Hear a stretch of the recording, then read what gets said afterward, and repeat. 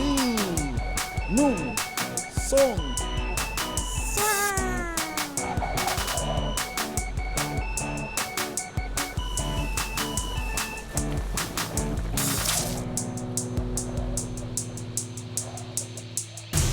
Passport to success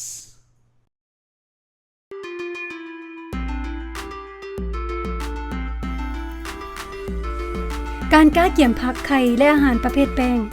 บทเรียนต่อไปนี้ท่านจะได้เรียนรู้เกี่ยวกับการเฮ็ดของกินเช่นการเฮ็ดสปาเกตตีการหั่งหาก้าเกี่ยมอุปกรณ์ต่างๆการเฮ็ดสลัดและการหั่งหาอุปกรณ์ต่างๆและการตกแต่งและการทอดไข่และที่สำคัญที่สุดคือท่านจะได้เรียนรู้การตกแต่งการเฮ็ดสปาเกตตี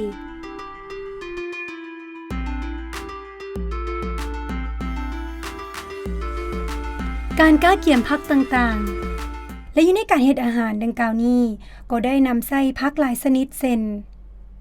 บ่ว่าจะเป็นผักกาดนาผักเขียวทุกชนิดมะเขือผักหอมมะแตงมะเผ็ดน้อย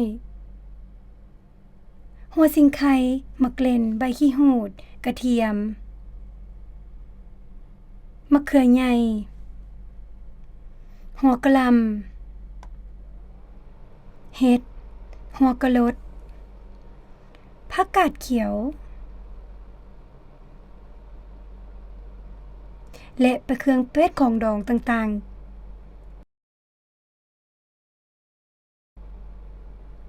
และเครื่องเหล่านี้สามารถหาได้ตามตลาด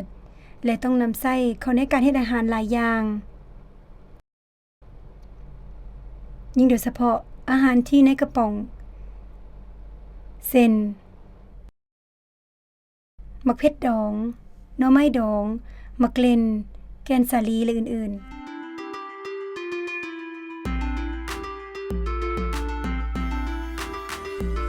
ๆการปอกมักเล่นต่อไปนี้แม่นวิธีการเรียนรู้การปอกมักเล่นซึ่งภาพที่ท่านเห็นนี้เป็นการปอกมักเล่นที่บ่ถูกต้องเฮ็ดให้เสียเนื้อมักเล่นในราคาตลาดมักเล่นบางชนิดมีราคาแพงหลายฉะนั้นการปอกมักเล่นจึงจะต้องได้เรียนรู้วิธีการปอกอย่างถูกต้องเพื่อบ่ให้เสียเนื้อของมักเล่นไปบ่ควรปาดและเถื่อเนื้อของมักเล่นออกและต่อไปนี้จะเป็นการสาธิตแบบถูกต้องซึ่งท่านต้องนำเอามักเล่นนั้นมาผ่าทั้งหัวให้เป็นรูปสี่เหลี่ยมหลังจากนั้นก็ต้มด้วยน้ำร้อนฝดเดือดพอประมาณหนึ่งท่านก็นำเอามักเล่นที่ถูกต้มแล้วนั่นลงไปแช่น้ำเย็นเพื่อรักษารสชาติของมักเล่นไว้ท่านก็สามารถนำเอามักเล่นที่แช่น้ำเย็นไปแล้วนั่นลอกเปลือกออกได้อย่างง่ายดายนี่คือการประหยัดเพื่อบ่ให้เสียเนื้อมักเล่นและต่อไปท่านก็สามารถใช้นิ้วโป้เพื่อดึงเอาแกนมักเล่นนั่นออกจากหน่วยมักเล่นได้อย่างง่ายดายเช่นเดียวกัน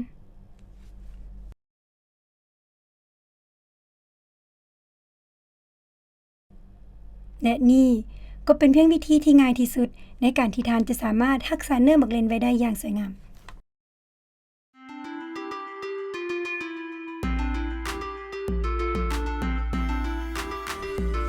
การซอยผักต่อไปจะเป็นการวิธีซอยผักสำหรับการแต่งอาหารเริ่มต้นพวกเราจะมาเรียนรู้การปาดมะเขือซึ่งท่านควรเลือกมีดที่ถูกในการปาดมะเขือ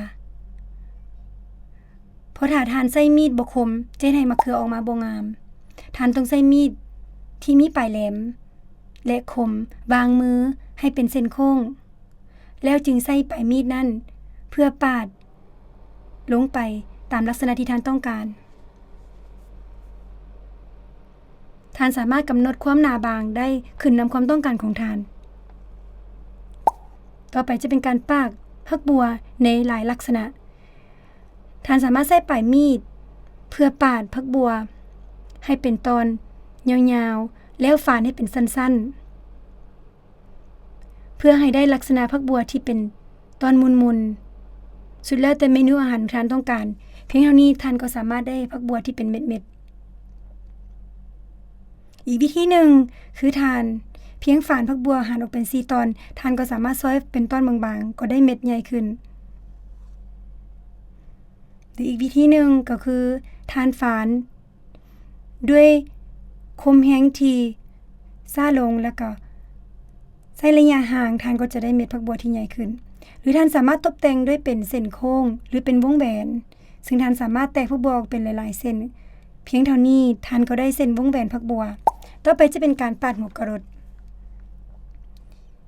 ใช้มีดสองคมปอกเป็นเทียบห้อยด้วยความระมัดระวังแล้วท่านก็สามารถปาดหัวกะรดออกเพียงเท่านี้ท่านก็ได้หัวกะรดที่เรียบง่ายใช้มีดคมปาดออกเป็น2ตอน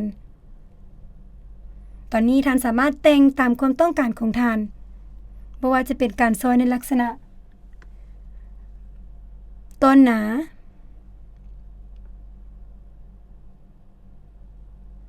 หรือตอนบางและยาวท่านสามารถฝานให้น้อยลงได้ตามความต้องการของท่านและพาเป็นตอนมุนๆเพื่อให้ได้ตามลักษณะที่ท่านต้องการ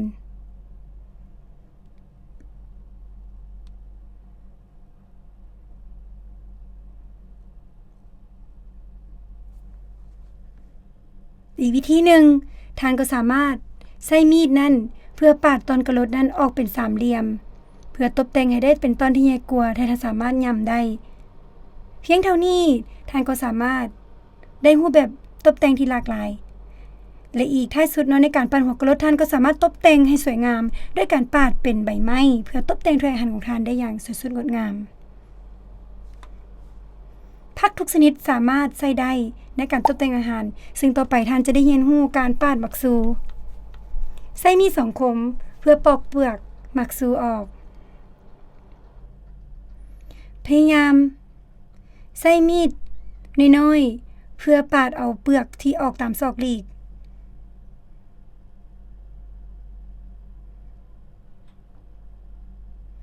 เมื่อท่านปอกเปลือกเรียบร้อยแล้วท่านก็ใช้มีดคมของท่านนั้นผ่าเครื่องหน่วยหมักซูเพื่อเอาแกนหมักซูนั้นออก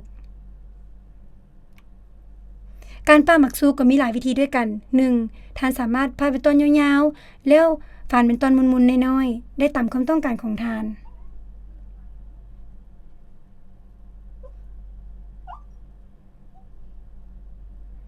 หรือท่านสามารถปาดเป็นตอนสามเหลี่ยมเพื่อให้ได้ตามลักษณะเมนูอาหารที่ท่านต้องการเพียงเท่านี้ท่านก็สามารถได้การปาดหมักซูอยู่หลายรูปแบบต่อไปจะเป็นการซอยเห็ดก่อนอื่นท่านต้องใช้มีดตัดเพื่อตัดตีนเห็ดออก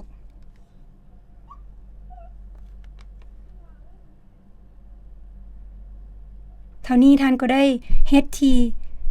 สวยสดงดงามออกมาหลังจากนั้นท่านก็ใช้มีดบางๆเพื่อซอยให้เห็ดตัวนั้นออกเป็นตอนน้อยๆตามเมนูอาหารของท่านที่ต้องการต่อไปจะเป็นการสาธิตการปอกหมักเห็ดใหญ่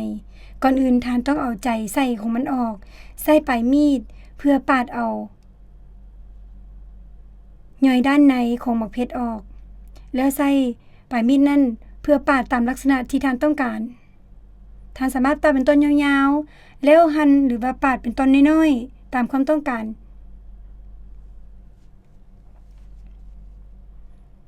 หรือท่านสามารถตกแต่งได้ตามที่ท่านต้องการในการออกแบบของท่านและต่อไปจะเป็นการปาดหมักเลนท่านเอาควันหมักเลนออกเพื่อตกแต่งเวลารับประทานอาหารจึงจะบ่ได้เห็นและซอยให้เป็นตอนบางๆหรือตอนสามเหลี่ยมตามที่ท่านต้องการต่อไปจะเป็นการผ่าหัวกะรดเขียวหรือหัวผักกาดเขียวหัวผักกาดเขียวนี้ท่านใช้ปลายมีดเพื่อปาดเอาส่วนที่ท่านต้องการปาดก้นมันออกปาดส่วนมันออกแล้วปอกเปลือกในส่วนที่ท่านบ่ต้องการนั่นออก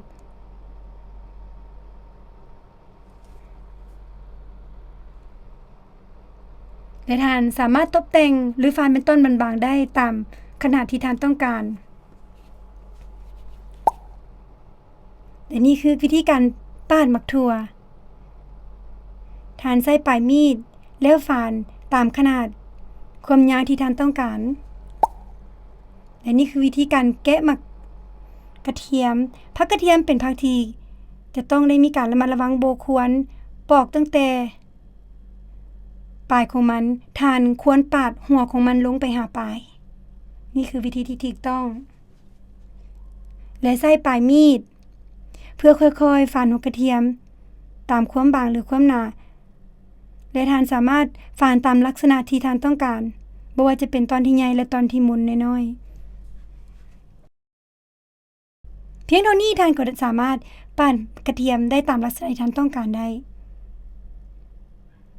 และนี่คือเคล็ดลับและวิธีการปาดผัก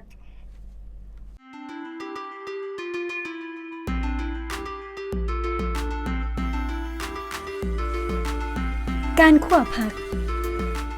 ต่อไปจะเรียนวิธีการคั่วผักนำเอาผักที่เกี่ยมไว้นั่นไปลวกในน้ำร้อนแล้วเอาขึ้นมาแช่น้ำเย็นเพื่อให้สีสันของมันยังงดงามและรสชาติยังคือเก่าหลังจากนั้นก็ข้างหม้อไฟให้ร้อนแล้วนำเอาน้ำมันน้อยนึงลงไปเอากระเทียมใส่แล้วนำผักที่ทานเก็บไว้นั่นลงไปในหม้อคนให้เข้ากันหลังจากนั้นให้สุกพอดีบ่ควรให้ผักนั้นสุกเกินไป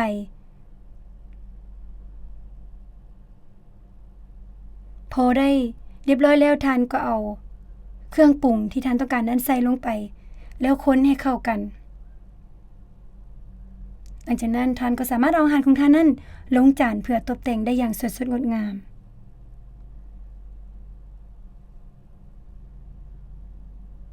เติมท้ายด้วยการอนามัยขอบจานให้สะอาดแล้วนำใบเซเลอรี่หรือว่าใบผักชนิดอื่นเพื่อมาตกแต่งให้สีสันสดสวยงามได้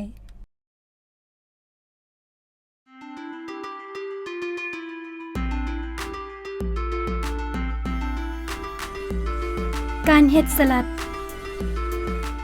ต่อไปจะเป็นการสาธิตวิธีเฮ็ดสลัดนำเอาผักที่ท่านต้องการนั้นไปล้างให้สะอาดสลัดทานควรล้างแล้วตัดออกจากหัวขวานมันได้อย่างสะอาดปอกหัวกะลดออกหลังจากที่ล้างสะอาดแล้วฝานเป็นต้นบางๆและฝานหมักแตงแล้วนำเอาหัวกะลดนั้นมาปาดเป็นตอนน้อยๆเพื่อตกแต่งในจานสลัดของทานเอาหมักเล่นน้อยมาฝานเป็นซี่นำเอาผักกาดแดงมาฝานเป็นตอนน้อยๆเลยบางๆหลังจากนั้นก็นำสลัดที่ทานล้างแล้วมาตัดแล้วก็นำลงไปในจานเพื่อตกแต่งสลัดเย็นทานสามารถวางผักใส่ในจานนั้น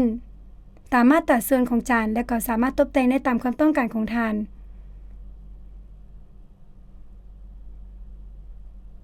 ซึ่งสิ่งเหล่านี้ต้องอาศัยประสบการณ์และความมักท้ายสุดนี้ก็เอาผักหอมลาบเพื่อวางใส่เพื่อตกแต่งให้สดงดงาม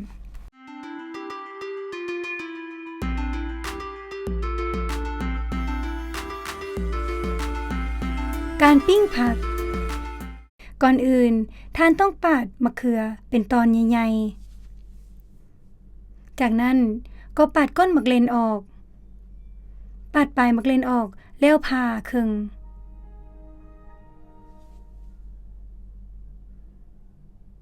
หลังจากทานกาเกี่ยมผักได้สำเร็จแล้วทานก็เอาน้ำมันใส่ลงไปในถาดหม้อเมื่อร้อนประมาณก็วางผักลงหลังจากนั้นเมื่อผักได้รับการปิ้งเรียบร้อยก็สามารถปิ้นผักนั้นขึ้นอีกด้านหนึ่งเพื่อเฮ็ดให้ผักนั้นสุกในทุกด้านกาว่าสุกเป็นที่เรียบร้อยแล้วทานก็ตกแต่งอยู่ในจานได้อย่างสวยงามและก็ลงท้ายด้วยการปิ้งมักถั่วใส่ก็เป็นที่เรียบร้อย